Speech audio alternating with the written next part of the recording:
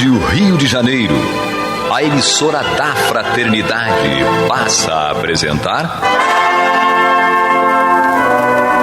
Luz na Penumbra, programa que leva ao seu coração a mensagem da doutrina espírita.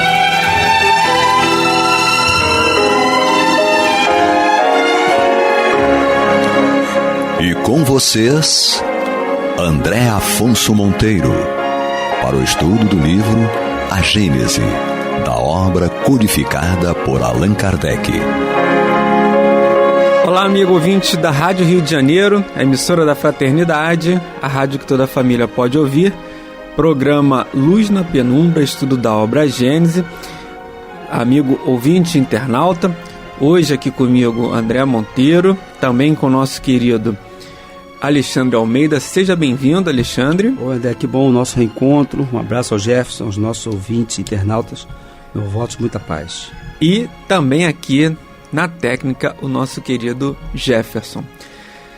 Bem, amigos ouvintes, nós continuamos estudando o capítulo 14, Fluidos. Estudamos os itens 27 e 28 nos programas anteriores. Hoje nós vamos retomar com o item 29. E nessa parte do estudo, Alexandre, é interessante, nós até conversávamos aqui sobre essa questão dos sonhos, do sono. Kardec vem falando isso das três possibilidades, que é quando nós temos a visão espiritual e material no estado de vigília, que num primeiro momento e num segundo momento nós vamos ter ali uma realidade espiritual, uma realidade material, coisas que podem acontecer, pressentimentos, premonições, uma visão ali, um retrato da vida material de determinado local, que Kardec relaciona isso com as premonições, as previsões. Tem também a possibilidade espiritual, de nós termos essa visão, que também estão relacionadas com as premonições, com as previsões.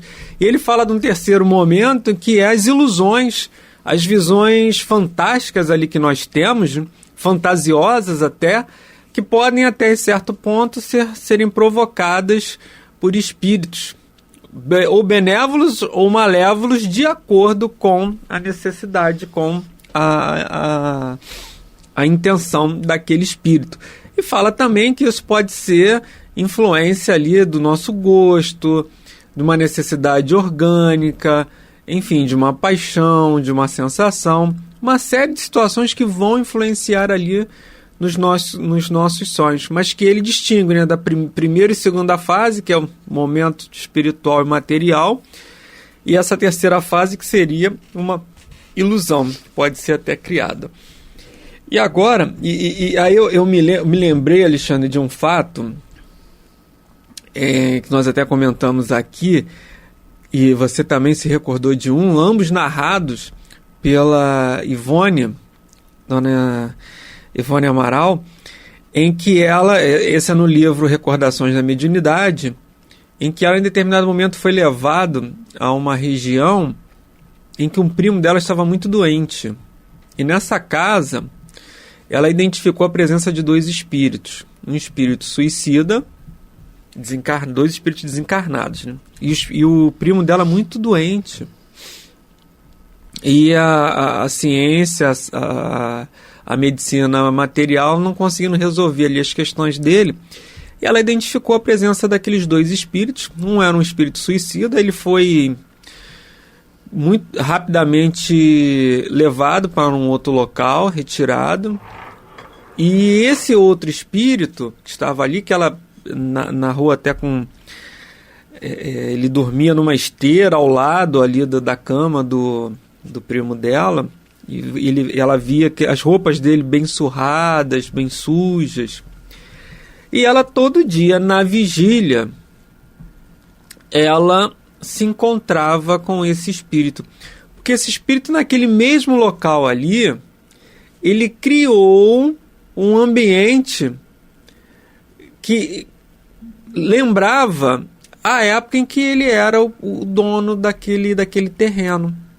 Então ele foi um espírito, ele tinha ali uma horta, ele tinha era tipo um sítio, alguma coisa assim, ele tinha uma horta, ele era bem simples, né, bem humilde, e ele cultivava uma horta ali naquele terreno, e aquela ali era a forma de subsistência dele, era a forma que ele tinha de sustentar.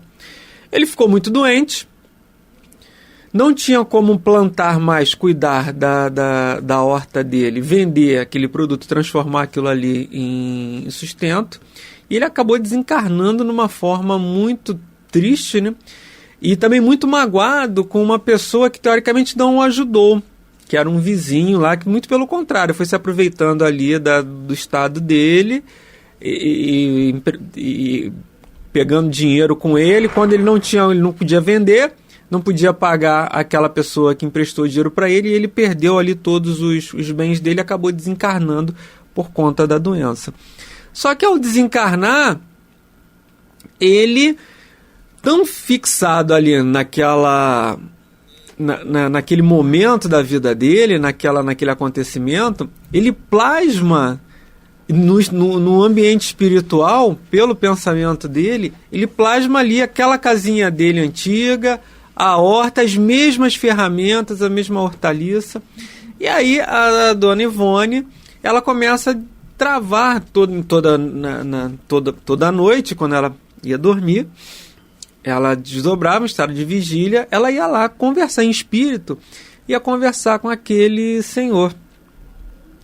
E ela sabia que para ele estava vivo, e aí ele narrava ali que ele passou por uma dificuldade muito grande, ela ajudando ele ali a cuidar da hortaliça, das verduras.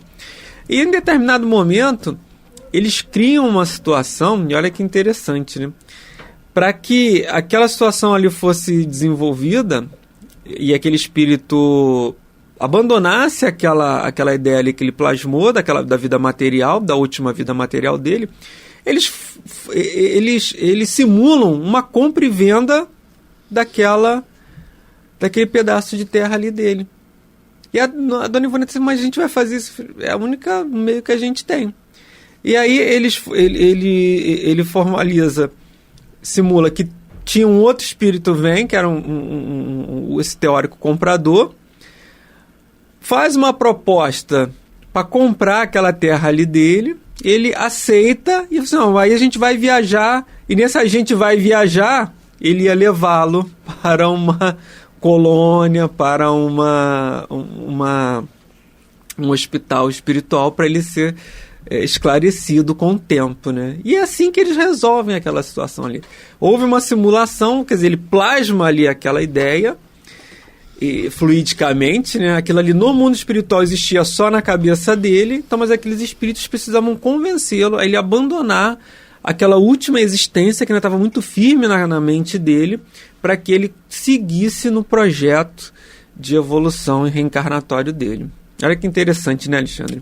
E eu vou me pedir permissão para fazer um gancho, já que você iniciou o nosso estudo de hoje falando da nossa Ivone Amaral Pereira, ressaltando, né, os nossos companheiros espíritas naturalmente têm conhecimento, mas aqueles que porventura não conhecem, não sabem de quem nós estamos falando, né? Uma médium, um personagem muito importante no movimento espírita. Sim. Psicografou várias obras. As obras, né, que nós temos por meio dela vem por um fenômeno justamente do qual nós estamos estudando, né? Sim. A dona Ivone, tradicionalmente, ela se desdobrava, não é isso? Tinha era levada para vivenciar aquelas experiências, né? Isso. E depois ela conseguia colocar o papel naturalmente ali, trazendo do seu inconsciente todas essas impressões. Então, olha aí como nós temos a possibilidade de produzir, né? De criar, de experimentar essa vida parcialmente fora do corpo de uma forma positiva. Sim. Ela trabalhou muito dessa forma. E nós espíritas e médios, ainda dentro, vou aproveitar o exemplo que você trouxe e a obra, nós somos convocados também ao trabalho, né? Se de repente nem todos nós temos a potencialidade da dona Ivone para estarmos psicografando, mas somos convocados aí na casa espírita, enquanto o corpo está repousando, e continuar em trabalho, continuar em socorro espiritual, cada qual com as suas habilidades, com as suas potencialidades. Então, dentro disso está aquilo que você colocou muito bem no programa anterior. Como nós podemos trabalhar isso? Porque o que nós chamamos de sonho, na verdade, é um reflexo. O que importa é a experiência, né, real que nós vamos ter, que é o do desdobramento. E, salvo aquelas que são apenas reflexos, criações mentais, né, que estão ali no cérebro físico, nós vamos ter oportunidade de trabalho. E dentro dessa experiência que você narrou, nós temos aí também o fato muito crítico, delicado, da criatura que fica presa, né, à mente, à existência. E olha o quanto é importante nós conhecermos as questões espirituais, porque às vezes um acontecimento pode dar causa a travar a nossa mente, né? O filme O Sexto Sentido, aqueles que já tiveram oportunidade de assistir, mostra justamente isso, né? Um médico que ainda se acreditava vivo, a Dona Ivone, nas suas obras, ela explica tecnicamente muito bem isso. No livro Devastação Invisível, é uma obra que ela trata muito bem isso. Ou seja, naquele automatismo. Então, o cérebro da pessoa, o cérebro espiritual, né, ele não consegue, né, identificar que ele está numa outra existência. Exatamente. E até porque muitas vezes ele também é materialista, né? Materialista no sentido de não acreditar na vida espiritual. Mas, amigos ouvintes, nós estamos estudando aqui o capítulo 14, os fluidos, os itens 27, 28 e seguintes, da obra A Gênese, programa Luz na Penumbra, comigo, André Monteiro, hoje aqui com a participação do nosso querido Alexandre Almeida e na técnica o Jefferson. E é interessante, Alexandre, que a Dona Ivone, ela narra nesse episódio que ele fazia isso de uma forma inconsciente. Ele fazia isso de uma forma inconsciente. Ele não tinha ali aquela consciência de que estava fazendo, de que tinha montado aquilo. Ele desencarna.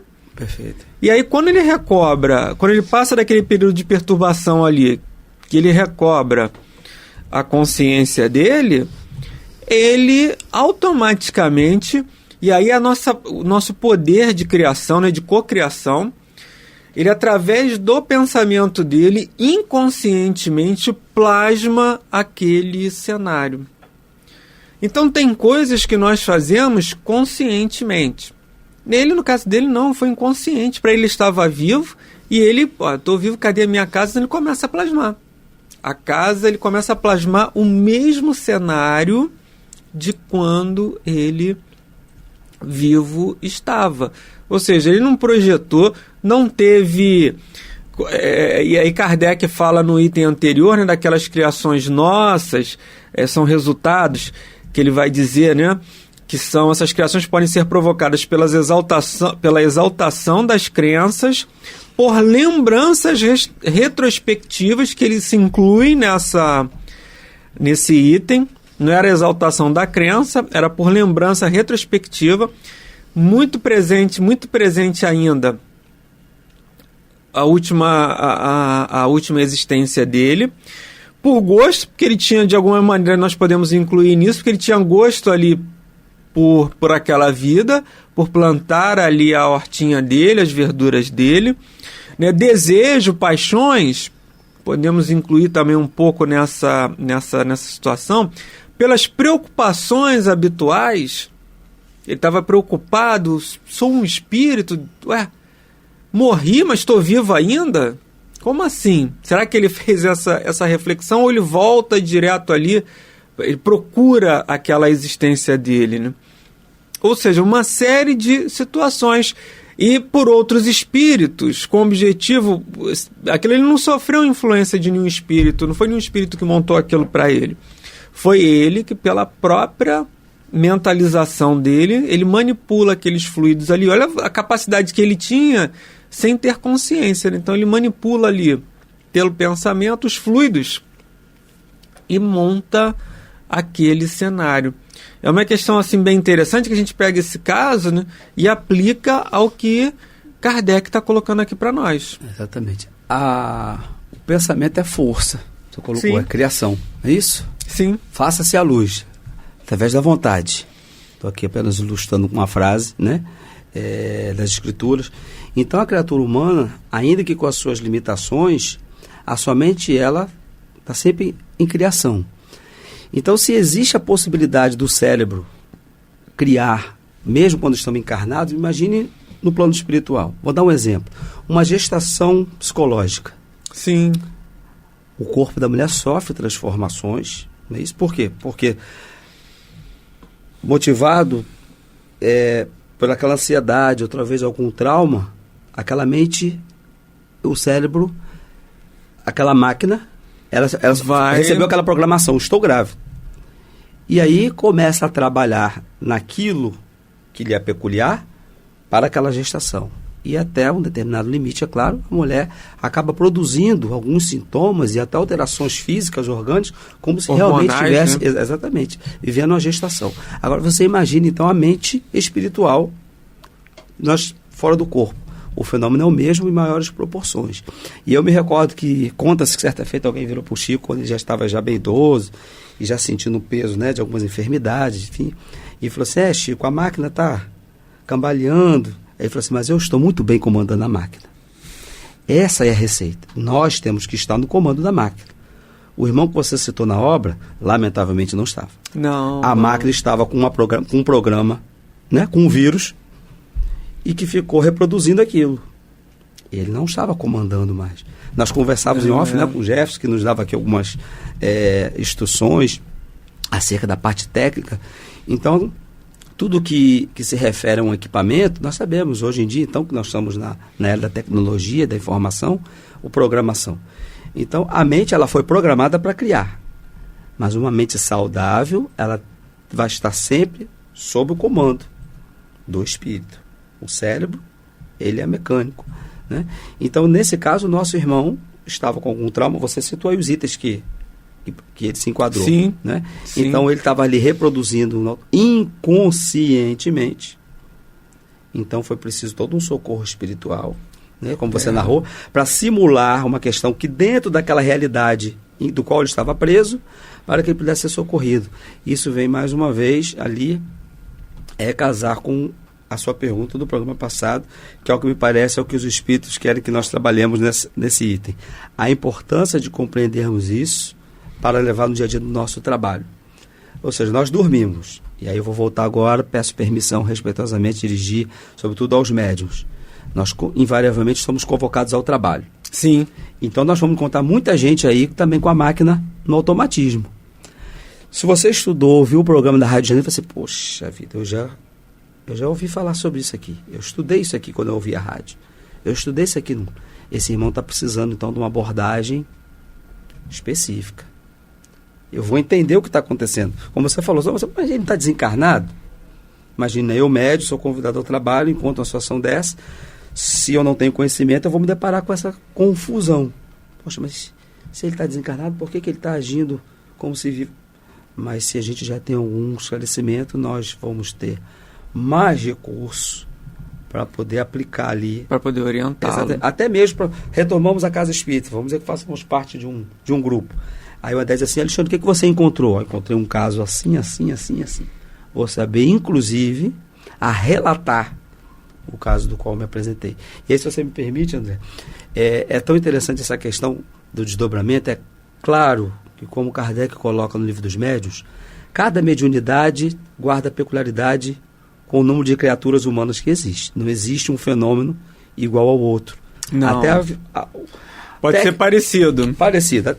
Vamos imaginar uma faculdade mediúnica. A vidência, ela vai ser distinta de um para com o outro. Mas vamos lá. Eu me recordo que certa vez eu estava sonhando, olha só, que estava num lugar e estavam fazendo socorrendo algumas pessoas. Eu presumo que eu estava ali em observação, provavelmente, né? Para talvez aprender alguma coisa. Mas não era um lugar agradável. Eu não saberia recordar agora o cenário e não vem ao caso.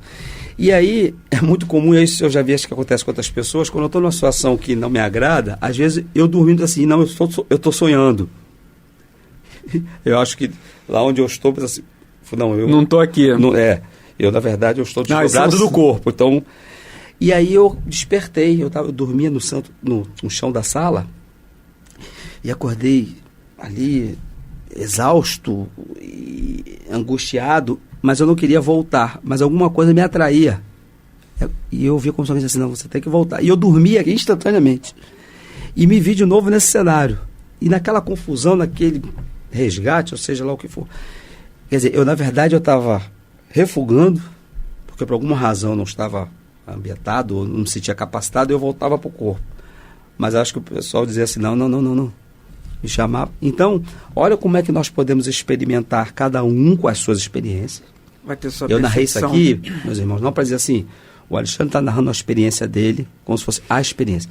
É uma experiência que pode coincidir em alguma coisa com o que o outro. Quem está me ouvindo, de repente, eu conheço pessoas que também dizem, não, às vezes eu estou sonhando, digo assim, não, eu estou sonhando, e acorda. Mas para ver o quanto que isso é especial. Essa experiência, ela é especial, e compreender como que ela se processa, também. Com certeza. Essa é uma questão, quando a gente fala do estudo, da necessidade do esclarecimento, de estudar esses fenômenos, Kardec coloca, a lei que rege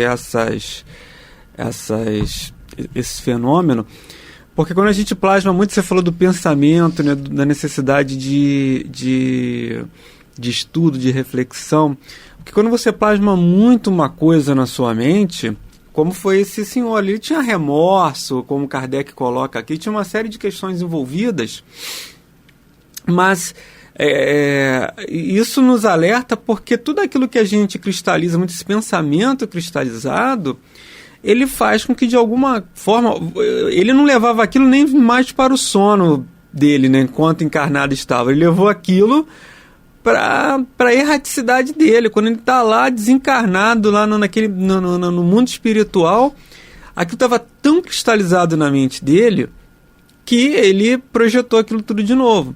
E essas questões nos remetem à mágoa, né, ao rancor. Ele, no caso dele, quando a gente vai estudando aquele capítulo, ele tinha muita mágoa do que aquela pessoa que emprestava dinheiro fez com ele. Nós podemos também desenvolver isso. Alguém que fez alguma coisa que a gente não consegue esquecer, a gente cristaliza muito. Uma necessidade muito grande que a gente também cristaliza muito. Talvez aquilo não vá refletir no nosso sono. Essa mágoa, talvez aquilo ali já esteja superado no sentido de refletir, não vai impactar, superado no sentido de que não vai impactar no sono, mas vai impactar na nossa desencarnação, no momento. Que é muito mais grave, né? Que é muito mais grave, que você vai estar com aquilo ali, com as suas angústias, com as dores. É por isso que os espíritos nos ensinam, nos orientam, né, a que a gente resolva todas as nossas questões. Tudo aquilo que está cristalizado, desejos, sentimentos, sensações, vai causar um mal em nós. André, você lembra do LP? Nós somos da época do vinil, Long play. Né? O pessoal que está nos ouvindo e na internet não, né? Então, aqui tem um monte aqui atrás. Olha só. O Jefferson já está mostrando. Então, o que você colocou, o que acontecia quando a gente era descuidado ali com o vinil e de repente a gente pegava, né, e arranhava. Na hora que a gente queria ouvir, o que acontecia? Tinha que não passava. Tinha que dar um totalzinho ali. Minúscula, não passava, não é isso? É o que você falou. Esses traumas que a gente pensa que, não, eu esqueci, mas não esqueci, eles às vezes estão criando arranhaduras graves nesse vinil, chamado cérebro espiritual. Perispírito, grava, registra aquilo ali. Um abraço. Mas, amigos ouvintes, nós chegamos aí ao final do nosso programa de hoje, agradecendo a presença do nosso querido Alexandre Almeida. Eu que agradeço mais uma vez. Agradecendo também, nosso muito obrigado ao nosso querido Jefferson e a todos vocês que estiveram conosco. E até a próxima semana, se Deus quiser. Você está ouvindo o programa Luz na Penumbra.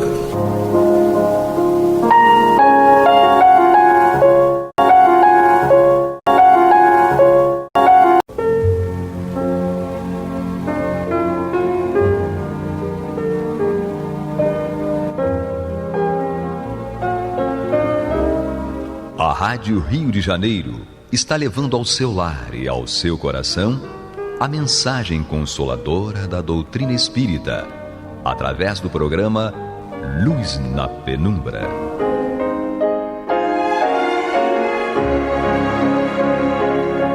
E agora com vocês, Nádia do Couto Vale, para comentar o Céu e Inferno, ou a Justiça Divina segundo o Espiritismo, da obra codificada por Allan Kardec.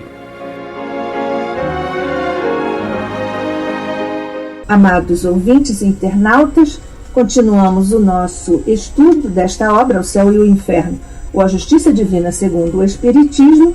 Já estamos na segunda parte, no capítulo 2, no qual o nosso querido codificador Allan Kardec nos traz o depoimento, a estrutura do caminho dos espíritos que, seguindo a lei de Deus, são considerados espíritos felizes e assim passam a viver no plano espiritual. Aliás, já também no momento da desencarnação, há diferencial importante entre eles que seguiram, ou entre todos os que seguem a lei de Deus e os que não a seguem. Nós já começamos, Kardec começou este capítulo tratando de Samson. Nós já estudamos o espírito Samson e agora o segundo espírito, também já começamos o estudo, é Jobar. Quem foi Jobar? O diretor do Museu da Indústria de Bruxelas, nascido na região do Alto Marne, em Bessy.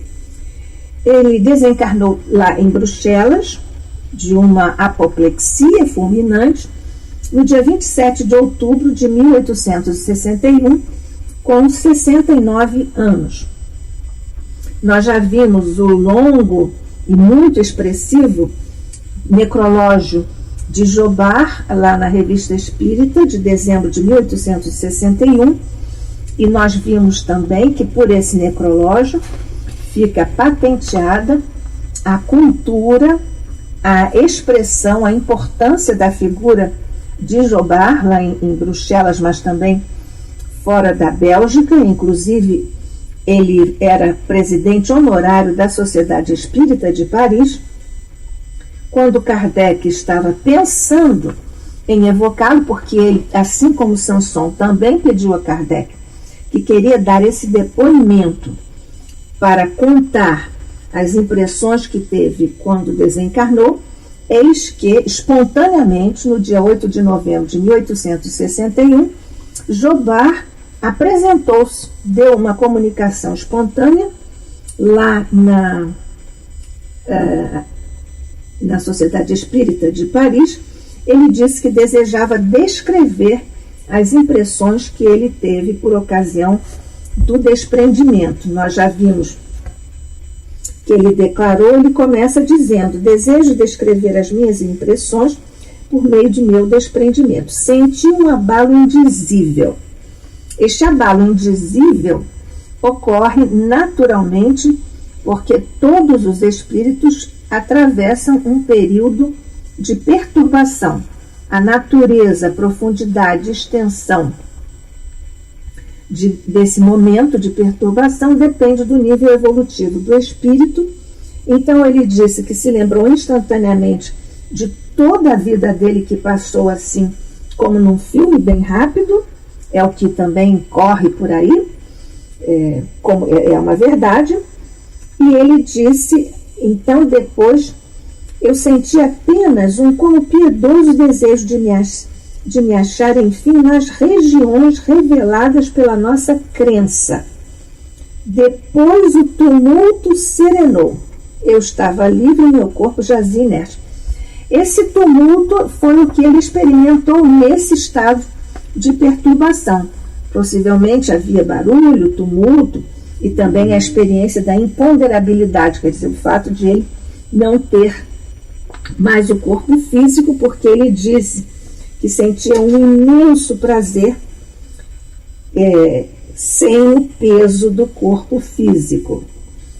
Então, nessa situação, nós vemos que Jobar deu o seu recado, contou com detalhes essas impressões que ele tinha. Muito interessante ele dizer que tinha visto o esplendor. Ele disse: eu vi o esplendor, mas não posso descrevê-lo. Nós já comentamos aqui, do ponto de vista da linguística, que os sistemas linguísticos só criam palavras para descrever coisas novas ou ideias novas que se apresentam à sociedade, à cultura. Como esse esplendor só existe no plano espiritual, aqui no plano físico, no esquema, no bojo dos sistemas filosóficos, linguísticos, nós vemos que não há como ele ter palavras para descrever o que tinha visto. Na sequência, depois dessa comunicação espontânea, Kardec fez perguntas a Jobar.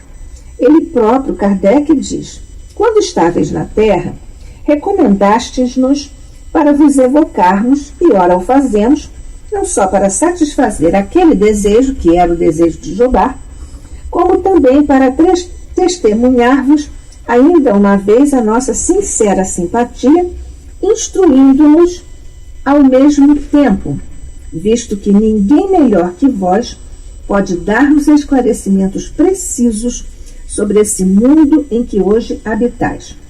Dar-nos-emos por felizes se houverdes por bem responder às nossas perguntas. É sempre a maneira cortês, gentil, fidalga, educada, superior de Kardec dirigir-se aos espíritos, não só aos espíritos felizes, mas nós vamos ver que ele mantém esta mesma delicadeza e respeito ao espírito nas outras categorias, porque sabemos que aqui na segunda parte, Kardec abriu vários capítulos, cada um para trabalharmos, estudarmos um nível, uma categoria de espíritos do ponto de vista evolutivo. E Jobar então respondeu: presentemente o que mais se impõe é a vossa instrução, ou seja, ele foi trazer notícias. Quanto à vossa simpatia, entrevejo-a e tenho a prova dela tão só pelo que ouço, o que já é um enorme progresso. Então ele já estava reconhecendo a vibração das palavras e da intenção de Kardec pela simpatia, pelo carinho que devotava a ele. Então, na sequência, nós vemos, são dois itens, os itens 2 e 3 nas perguntas de Kardec, que tratam da percepção do lugar na reunião em que Jobar estava, ou que lugar na reunião Jobar estava ocupando agora que era ou que estava desencarnado. E como é que se apresentavam todos os de lá? Jobar então responde que ele estava junto do médium. Muito interessante isso, porque é exatamente o capítulo, o local onde ele costumava ficar. Ele diz que estava junto do médium, com aparência mesmo de Jobar, ou seja, quando ele estava encarnado. E ele responde, então, que poderia ser visto por um médium vidente. Não, claro, por aqueles que estavam ali encarnados, mas que não eram médiuns clarividentes. Depois nós temos no outro item uma outra questão mais minuciosa que Kardec apresenta. Ele diz, ou pergunta a Jobar: o vosso lugar aqui é o mesmo de quando assistíeis encarnado às nossas sessões e que vos reservamos? Aqueles, pois, que em tais condições vos viram, poderão supor que aí estáis tal qual éreis então, visto que aí não estás com o corpo material de outrora, estás, no entanto, com o corpo fluídico de agora e com a mesma forma. Se vos não vemos com os olhos do corpo, vemos-vos com o pensamento. Se não podeis comunicar pela palavra, podeis pela escrita, pela palavra oral. Podeis pela escrita, pela psicografia, com o auxílio de um médium. Assim as nossas relações de forma alguma se romperam com a vossa morte e podemos entretê-las tão fácil e completamente como outrora. É assim precisamente que se passam as coisas. E Jobar responde: sim, e há muito que o sabeis. Ocuparei este lugar muitas vezes, e mesmo sem o saberdes, uma vez que o meu espírito habitará entre vós. Nós temos aqui uns pontos interessantes, porque Kardec diz que pode ver, entre aspas, o espírito pelo pensamento. Essa capacidade de ver pelo pensamento não é incomum, particularmente em médiums, porque muitas vezes você está vendo sem ver, se é que podemos entender assim, uma criatura espírito ou encarnado. Então ele diz aqui que o corpo era fluídico, mas que ele podia ver pelo pensamento. E nós vemos como eles leem o pensamento. O Sanson leu o pensamento de Kardec quando Kardec fez uma autópsia espiritual lá, ainda diante do corpo insepulto, quando nós estudamos o Sanson. E aqui também, certamente, Jobar leu a intenção de Kardec de evocá-lo, então ele se antecipou e deu aquela comunicação que nós já estudamos juntos. E aqui ele disse que muitas vezes ele vai estar entre todos lá e que estavam todos ali sem poder vê-lo, a não ser os que fossem, ou os que eram médiuns videntes. Kardec, em mais de uma de suas preciosíssimas notas, ele esclarece, porque ele pontua uma questão muito importante que está aqui nesse tópico.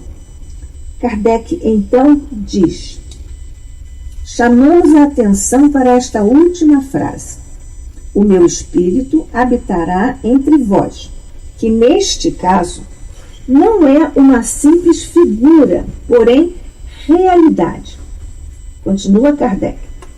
Pelo conhecimento que o Espiritismo nos dá sobre a natureza dos espíritos, sabemos que qualquer um pode achar-se entre nós, não só em pensamento, mas pessoalmente, com seu corpo etéreo, que o torna uma individualidade distinta. Um espírito tanto pode, conseguintemente, habitar entre nós depois de morto como quando vivo, ou por outra, melhor ainda depois de morto, uma vez que pode ir e vir livre e voluntariamente.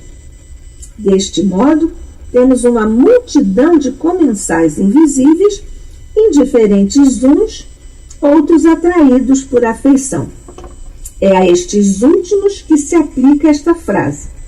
Eles habitam entre nós, que se poderá interpretar assim: eles nos assistem, inspiram e protegem. Nós temos estas informações, estas experiências doces, suaves, da vibração, da proximidade dos nossos amados mentores. Nós vemos aqui que o Kardec usou a palavra comensal. Comensal em zoologia, normalmente nós usamos isso na linguagem corrente para uma pessoa que se senta à mesa, um convidado para um jantar, e os convidados são os comensais. Mas é bom nós aqui, isso não faria sentido nesse texto, mas então é bom nós nos reportarmos ao significado da palavra comensal em zoologia, qual seja um organismo que vive com outro de espécie diferente, sem lhe ser útil ou nocivo, ou então que ocupa a mesma área e tem o mesmo regime de alimentar-se. Então, isso é o que diz o dicionário, e nós vimos que era espécie diferente, o Jobar espírito, espécie diferente, porque estava desencarnado. Não vai ser útil nem nocivo, porque está ali apenas assistindo. E ocupa a mesma área, porque ele é invisível e os espíritos têm essa natureza. Então, nós vemos que esta situação, esta circunstância, é muito ilustrativa para todos nós. Na sequência, Kardec faz uma outra pergunta se Jobar desencarnado sentia alguma estranheza nessa condição, ou seja, se ele, ao estando desencarnado, se sentia estranho na condição de desencarnado porque ele recentemente tinha saído da condição de encarnado. Naquele momento, no mesmo lugar que ele ocupava quando estava encarnado. Isso trazia alguma estranheza, era algo estranho para ele. E ele, enfim, Kardec quer saber qual o efeito da mudança de estado. Em última análise, é esse o objetivo da pergunta de Kardec. Qual o efeito da mudança de estado, de encarnado para desencarnado? Aí, junto ao senhor Jobar. Jobar, então, diz que de modo algum se lhe afiguram estranhas as condições. Como espírito feliz, ele já estava integrado. Porque, diz ele, o espírito, como desencarnado, goza de lucidez perfeita para não deixar irresolutas quaisquer questões que encarne, ou qualquer questões que encare. Então, nós vemos aqui que essa lucidez é própria dos espíritos felizes, não dos espíritos de todas as categorias. Muitos nós vemos, com os quais nós conversamos à mesa mediúnica, que estão há décadas, há séculos mesmo, ainda no estado de perturbação, sem qualquer impressão, sem qualquer informação a respeito do que lhe cabia fazer ou do que estava lhe acontecendo.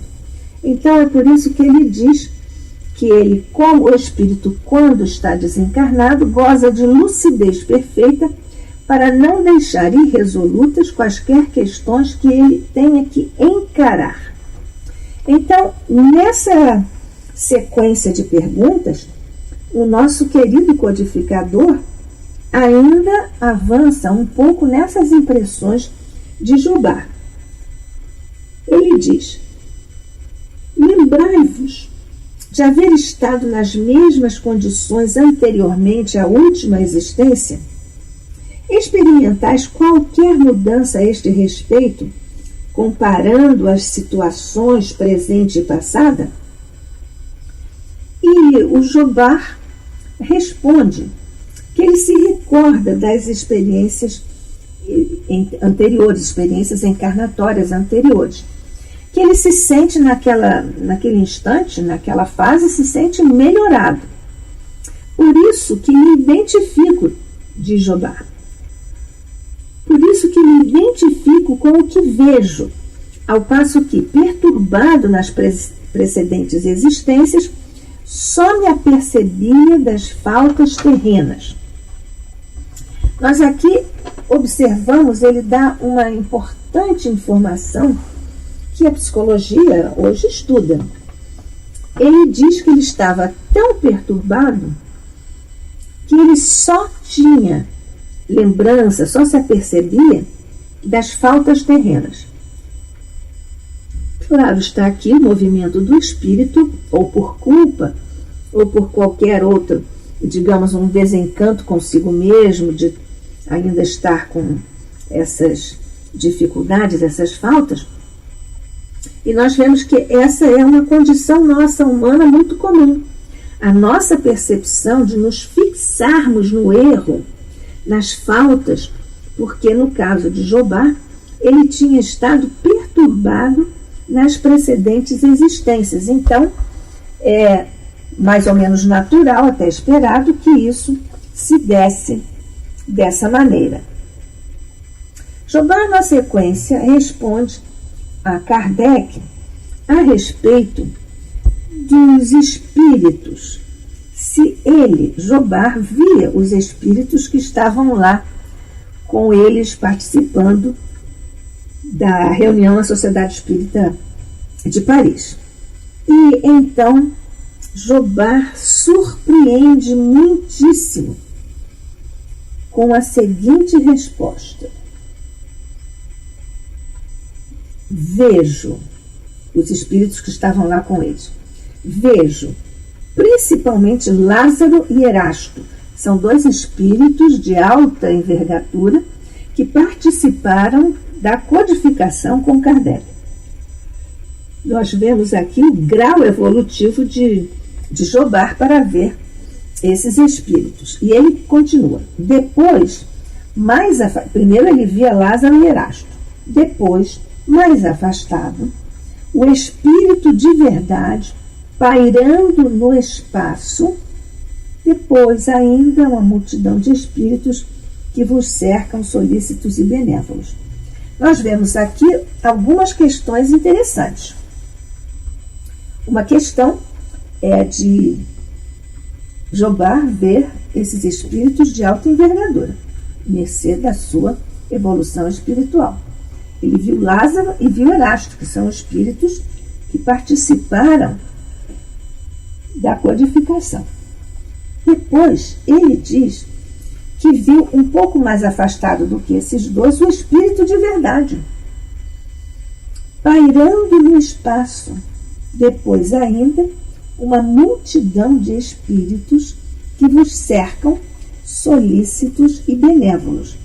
Esta informação também é muito preciosa, porque toda vez que há alguma informação muito diferenciada, nós vemos que os nossos amigos espirituais estão apostos ali a nos ajudar e proteger. E ele ainda diz: sede felizes, amigos, pois benéficas influências vos disputam as garras do erro. Portanto, ele está querendo dizer aqui que espíritos bons estavam interessados em separar, em guardar, em proteger lá, não só Kardec, mas todos os membros da Sociedade Espírita de Paris, as garras do erro, as garras dos espíritos pouco felizes ou infelizes mesmo. E depois que ele diz, como o Jobar vê depois mais afastado o espírito de verdade, é uma situação muito, muito especial, porque nós vemos que essas entidades, sobretudo o espírito de verdade, pairam por sobre a humanidade. São espíritos que têm um altíssimo grau, altíssimo nível evolutivo.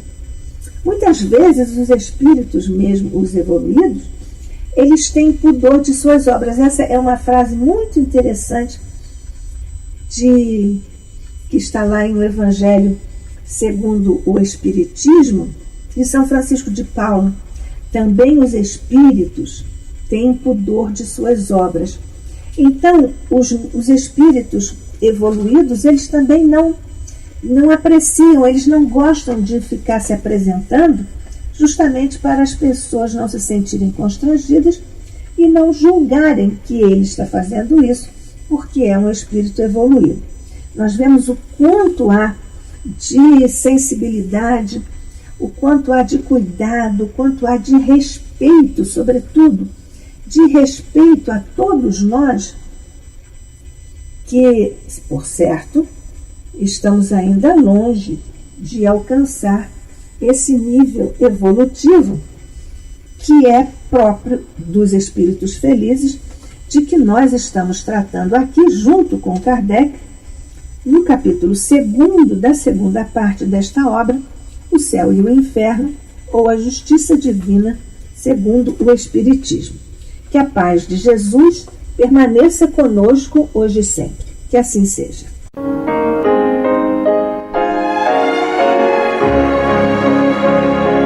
E vamos ouvir agora a prece de encerramento de nosso programa, na voz de Geraldo de Aquino. Jesus, dá-nos coragem para a luta, piedade para os insultos e misericórdia para as injustiças e ingratidões. Limpa nossa alma de inveja e ambições mesquinhas, de ódio e de vingança o nosso caminho. E que dentro em pouco, ao recolher-nos de novo, ao calor do nosso leito, para que o sono nos dê a paz e o esquecimento das tristezas humanas, possamos sentir, Senhor, no mais íntimo de nosso ser, a doçura indefinível do Teu amor e a grandeza incomparável da Tua divina presença. Que assim seja.